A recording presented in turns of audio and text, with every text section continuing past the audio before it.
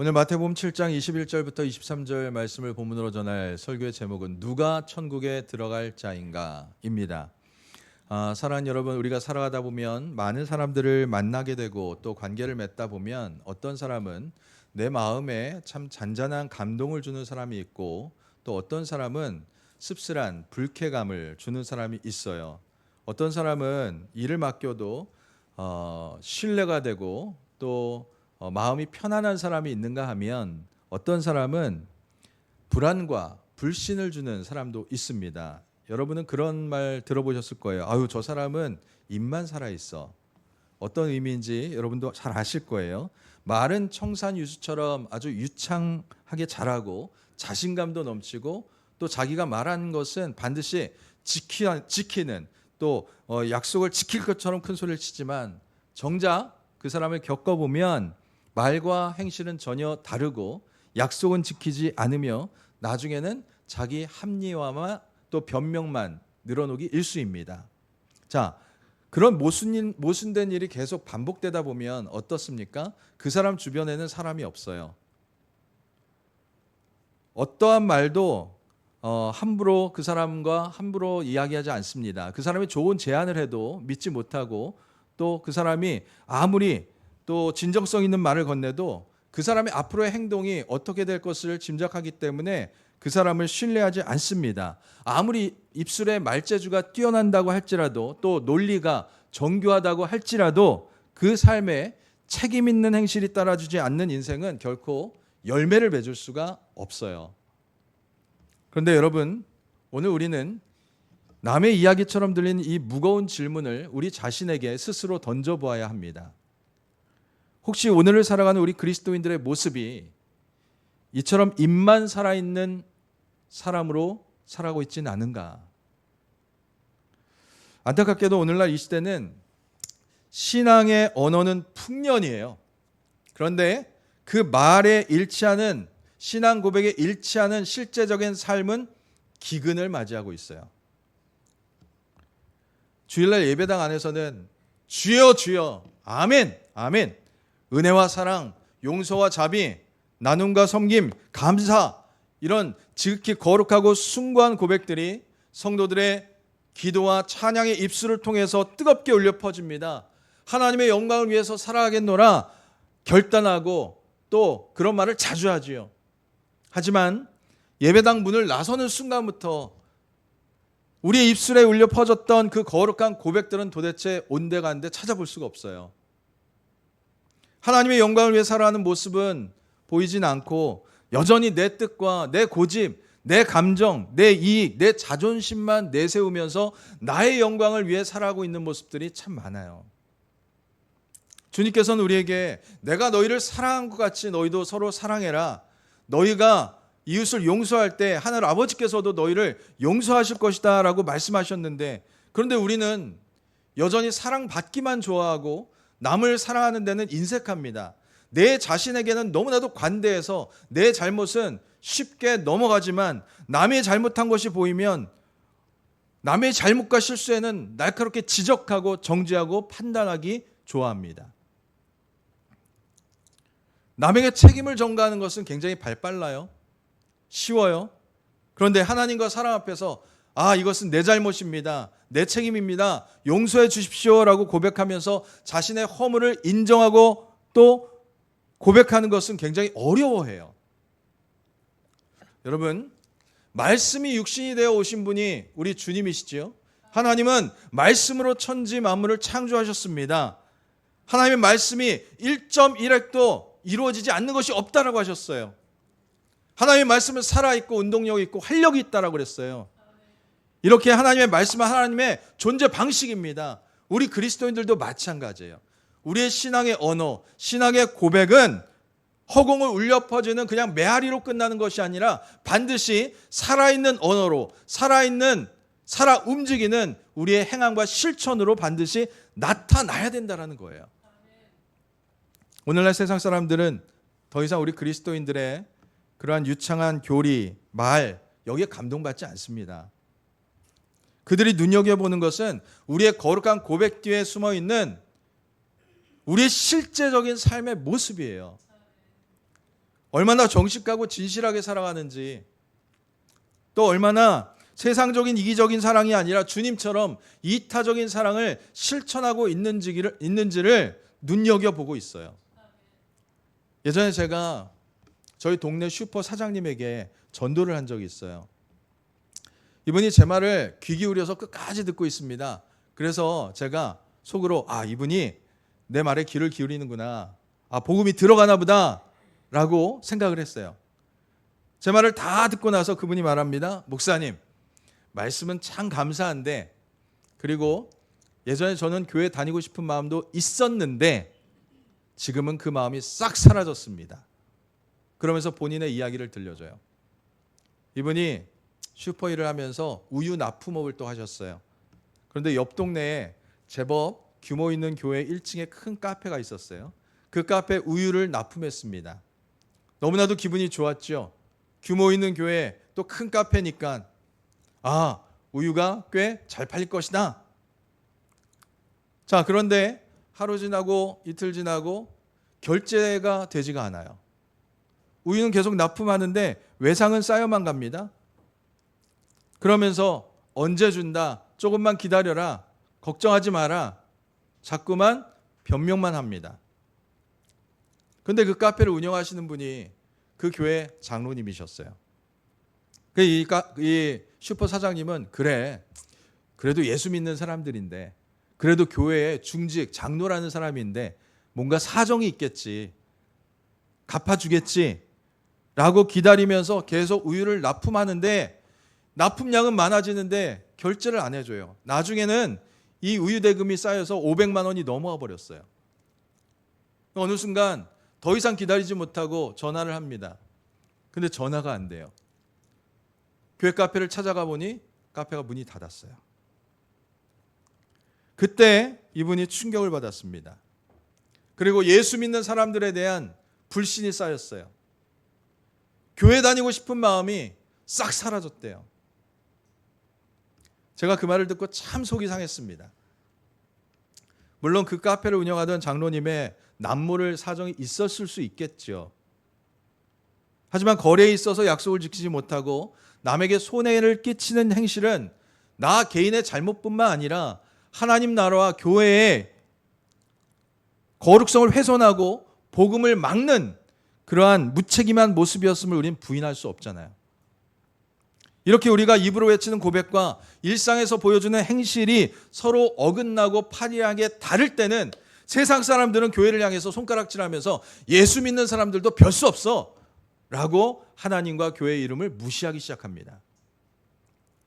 사랑하는 여러분, 우리의 신앙 고백이 우리의 삶의 모습과 일치할 때 하나님이 영광을 받으시고 세상 사람들은 그 모습을 보고 하나님을 찾게 되고 복음에 귀를 기울이게 된다는 사실을 꼭 기억하시기를 부탁드립니다. 오늘 주님은요, 모순되고 외식에 차 있는 종교적 현실을 향해 엄중하고 날카로운 선언을 하세요. 우리 같이 다시 한번 읽습니다. 시작.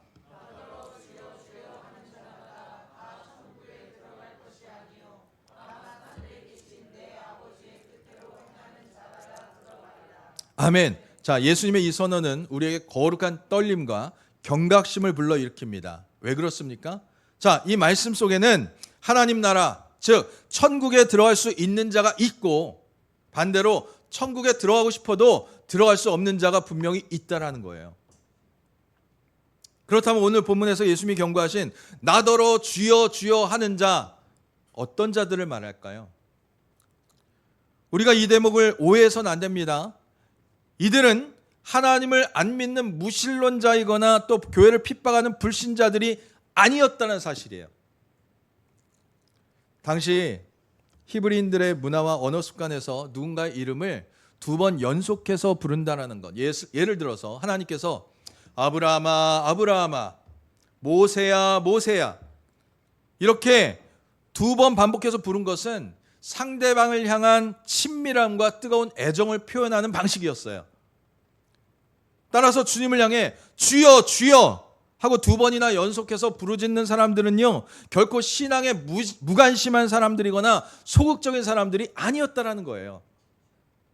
이들은 누구보다 뜨겁게 기도하고 누구보다 열성적으로 종교적 행위에 앞장섰던 소위 열성적인 종교인들이었어요. 심지어 오늘 본문 뒤에 나오는 오늘 본문 그 뒷부분 22절 보면 그들의 열심이 얼마나 대단했는지 잘 나타나죠. 그들은 주님 앞에 서서 자랑스럽게 당당하게 말합니다. 주님, 우리가 주님의 이름으로 선지자 노릇하고 설교하지 않았습니까? 주님의 이름으로 귀신도 쫓아내고 수많은 기적과 권능을 나타내지 않았습니까? 이처럼 당당하게 자신의 사역과 또 열심을 자랑하던 그들을 향해서 예수님은 어떤 판결을 내리십니까? 내가 너희를 도무지 알지 못하니 불법을 행하는 자들아 썩 떠나가라. 여러분, 얼마나 기가 막히고 무서운 말씀이에요. 평생을 주님의 이름을 외치고 교회 열심을 다니고 주의 이름으로 능력 행했다고 자부했는데 정작 주님께서는 나는 너희를 모른다. 불법을 행하는 자들아 너희들은 내게 올 자격이 없단다. 차갑게 외면하고 계세요. 예수님은 그토록 열정적이었던 그들을 향해서 왜 이토록 단호하게 거절의 선언을 하셨을까요? 이유는 명확합니다. 그들은 입술로 그리고 형식적으로는 주님의 이름을 크게 외치고 또 사람들의 박수갈채를 받았지만 정작 자신들의 일상적인 삶과 또 자신들의 인격 속에서는 하나님 아버지의 뜻에 순종하는 거룩한 행실과 사랑의 열매를 맺지 못했어요. 자신의 야망을 이루기 위해서 주님의 이름을 이용했고요. 자신의 의와 자랑을 드러내기 위해서 종교적인 능력을 행사했을 뿐 자기 삶에서 정작 치러야 할 자기 희생과 또 자기 십자가를 짊어지고 주님을 따라가는 순종, 자기 부인, 희생, 이것은 조금도 감수하지 않으려 했던 외식적인 삶이었기 때문입니다. 주님은 이처럼 고백과 삶이 철저히 분리된 이중 인격적인 신앙, 영적 자기 기만에 빠진 거짓 신앙을 향해서 불법이라고 정의하고 계세요. 사랑하는 여러분, 우리가 주님의 이름을 부를 때 그 고백 속에는 엄청난 신앙적인 결단과 선언이 내포되어 있음을 알아야 됩니다. 그것은 바로 주님, 당신만이 내 인생의 주인 되시고 내 생명의 근원 되시고 또 온 세상 만물을 다스리는 통치자 되십니다라는 주님을 인정하는 고백이 담겨져 있는 거예요. 또한 그동안 내 마음대로, 내 뜻대로, 내 고집대로 살아왔던 내 인생의 주도권을 이제 주님 앞에 온전히 맡겨드립니다. 이제 내 인생의 주인은 내가 아니라 주님뿐입니다. 주님 뜻대로 살겠습니다라고 결단하고 고백하는 믿음의 고백이 담겨져 있는 거예요. 그러므로 주님의 이름을 부른다는 것은 내 삶의 통치권과 소유권을 하나님 앞에 완전히 이양해 드렸다는 것입니다. 그래서 사도 바울은요, 로마서에서 이렇게 선언하죠. 우리 같이 읽습니다. 시작. 아멘. 자, 사도 바울이 로마서를 쓰는 당시 로마 제국은요, 온 세상을 지배하던 로마 제국이 온 세상을 지배하던 시대였죠. 그 당시 로마 제국 안에서 주, 큐리어스라는 칭호는 오직 한 사람, 절대적인 권력을 가졌던 황제에게만 쓸 수 있는 전유물이었어요. 그런 시대적 상황 속에서 황제가 아닌 십자가에 달려 처형당한 예수라는 인물을 향해서 예수가 나의 주다, 예수만이 나의 진짜 주님이시다라고 부르짖는 것은 국가를 반역하는 반역죄였어요. 예수가 나의 주님이라고 고백하는 순간 그 사람은 직장에서 쫓겨나고 그 사람의 재산을 몰수당하며 심지어는 원형 경기장에서 사자의 밥이 되거나 십자가에 못 박혀 죽는 비참한 순교를 각오해야만 했습니다. 따라서 바울이 말한 주님의 이름을 부른다라는 것은요, 자신의 명예와 재산과 그리고 하나밖에 없는 목숨 전체를 걸고 예수님을 진짜 나의 왕으로 모시겠다라는 순교적 결단이고 삶 전체를 드리는 전 인격적인 행함이었어요. 목숨을 건 그 진실한 고백과 행동이 일치된 신앙이었기에 바울은 누구든지 그렇게 주의 이름을 부르는 자는 반드시 구원을 받을 것이다라고 선언하고 있는 거예요. 결국 마태복음에서 외식하는 자들을 향해 던지신 예수님의 경고와 로마서에서 초대교회 성도들을 향해서 선포한 바울의 메시지는 같은 진리를 가리키고 있습니다. 천국은, 그리고 구원은 결코 혀끝으로만 주여 주여 외치는 입만 살아있는 사람들이 들어가는 곳이 아니라는 거예요. 그렇다면 여러분, 이제 우리는 가장 결정적이고 핵심적인 질문 앞에 서게 됩니다. 예수님은 과연 누가 천국에 들어갈 수 있는 자라고 명확하게 답을 내려주십니까? 22절 하반절을 다시 한번 읽겠습니다. 시작.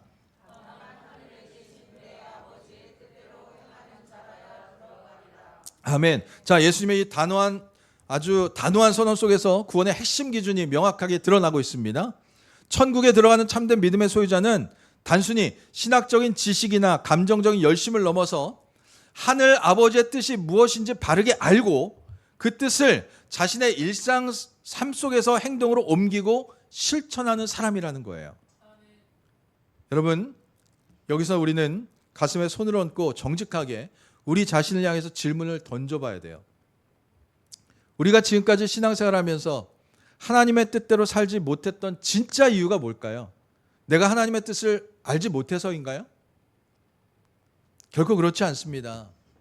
우리는 지금까지 수없이 많은 설교를 통해서 듣고 배워서 하나님의 아버지의 뜻이 무엇인지 잘 알고 있어요.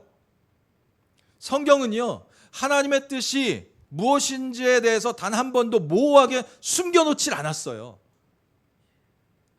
그럼에도 불구하고 우리가 삶의 현장에서 하나님의 뜻을 알면서도 행동에 옮기지 못하고 번번이 넘어지고 무너진 이유가 무엇이겠습니까? 그것은 여전히 내 안에 육신의 자아, 단단한 자아가 내 삶의 주인이 되려고 하기 때문인 거예요.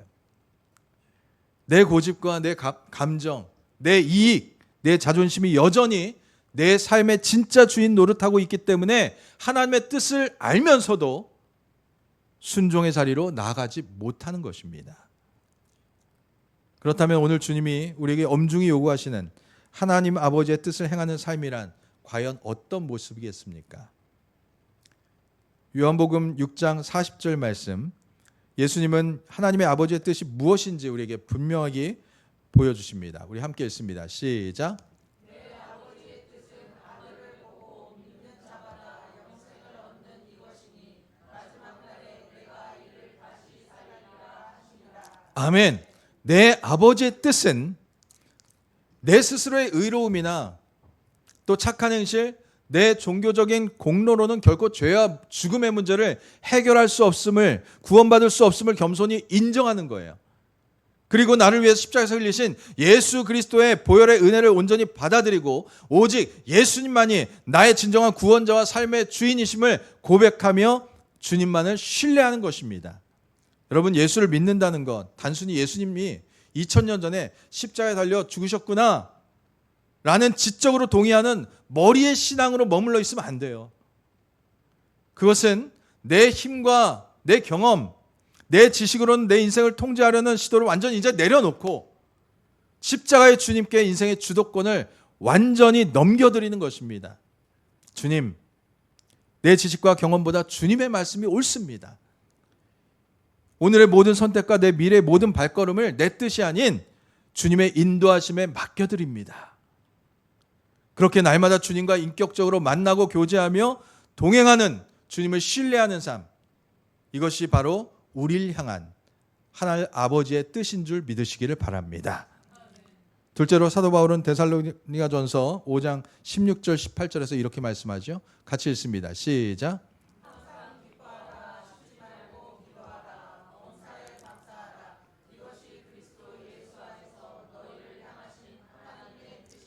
아멘.